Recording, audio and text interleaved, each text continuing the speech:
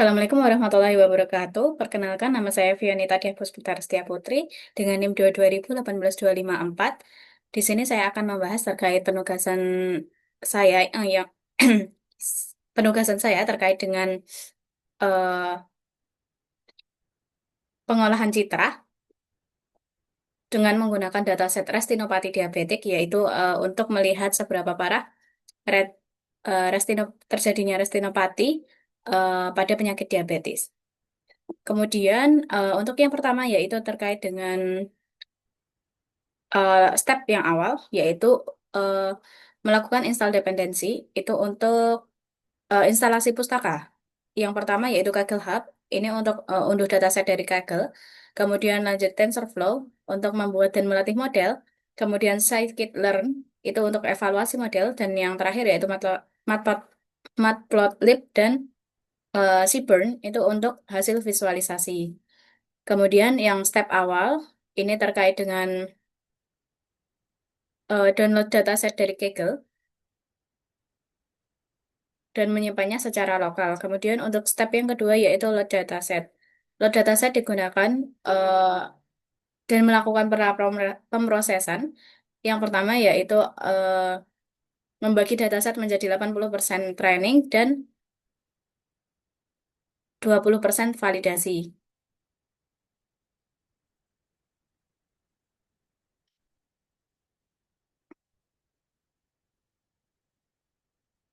Kemudian data dibaca dari folder itu disesuaikan dengan keukuran 224 kali 224 dan dikelompokkan berdasarkan nama folder.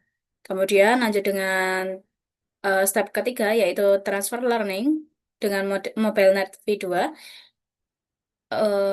menggunakan MobileNet V2 yang sudah dilatih di ImageNet sebagai fitur ekstraktor, kemudian menambahkan lapisan Global Average Polling 2D dan Dense Softmax untuk klasifikasi 5 kelas. Kemudian lanjut eh, lapisan dasar dibukukan dengan trainable dibuat false.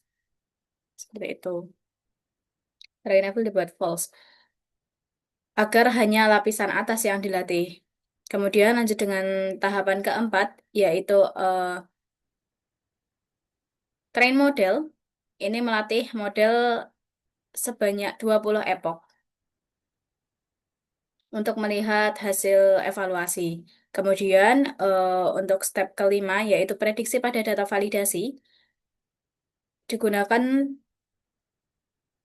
untuk YPRED-prop. Ini untuk probabilitas prediksi dari model untuk setiap kelas. Kemudian lanjut dengan YPRED, yaitu kelas prediksi akhir berdasarkan nilai tertinggi, kemudian YTRO sebagai label sebenarnya dari data validasi.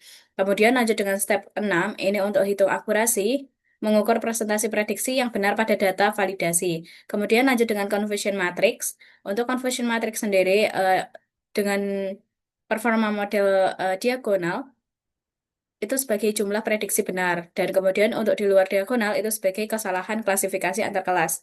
Kemudian lanjut dengan step ke-8, yaitu classification report F1 score. Ini untuk menampilkan metrik lengkap, precision, recall, F1 score, dan support per kelasnya. Kemudian menghitung makro F1 score, rata-rata F1 score antar kelas, dan weighted F1 score, itu rata-rata F1 score yang mempertimbangkan proporsi data setiap kelas. Kemudian lanjut dengan step ke-9, yaitu ROC curve dan AOC per kelas. Menampil ROC untuk menampilkan trade-off antara true positive rate dengan false positive rate. Kemudian untuk AOC dekat dengan 1,0 itu prediksi yang sangat baik dan AOC mendekati 0,5 itu seperti menebak seperti itu. Kemudian untuk ini perhitungan epochnya dan didapatkan hasil confusion matrixnya.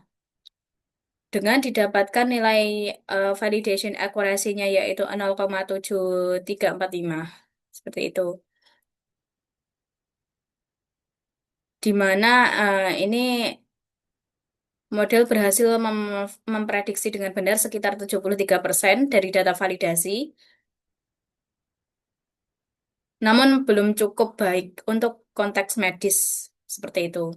Karena banyak terjadinya ketidakseimbangan kelas atau class imbalance. Kemudian untuk hasil dari confusion matrix sendiri, healthy. Seperti ini, untuk healthy nilainya tinggi dengan ditandai dengan warna biru tua dan yang lainnya ini masih banyak kesalahan prediksi seperti itu. Kemudian hasil dari classification report semuanya ini didapatkan kesimpulan untuk healthy ini sangat baik karena masih mendapatkan nilai yang tinggi.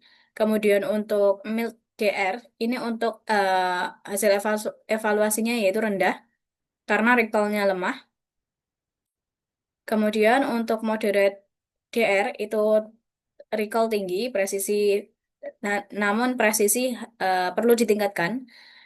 Dan untuk proliferate DR dan severe DR ini sangat-sangat rendah, banyaknya kesalahan, precision dan recall, advance score semuanya lemah.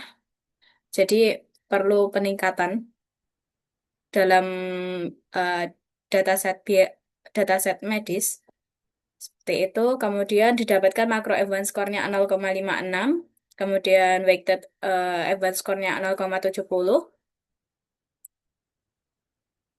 Di mana makro advance score ini menunjukkan rata-rata performa semua kelas secara adil dan masih di bawah standar yang baik karena standar yang bagus yaitu di atas 0,70 dan weighted advance score ini yang mewakili performa keseluruhan model tapi dipengaruhi kuat oleh kelas mayoritas healthy nih seperti itu dan ini untuk hasil ROC dan AUC grafik ROC dan AOC per kelas. Untuk kesimpulan di akhirnya yaitu model berhasil mengenali kelas mayoritas dengan baik, yaitu F1 Healthy 0,96. Kemudian kesimpulan yang kedua yaitu gagal mendeteksi penyakit lebih parah secara akurat karena F1 proliferate-nya 0,19 dengan dan dilanjutkan dengan makro F1 score 0, hanya 0,56 dan model belum dapat diandalkan dalam konteks medis seperti itu. Mungkin itu saja yang dapat saya jelaskan sedikit terkait dengan topik penugasan. Kurang lebihnya saya mohon maaf. Wassalamualaikum warahmatullahi wabarakatuh.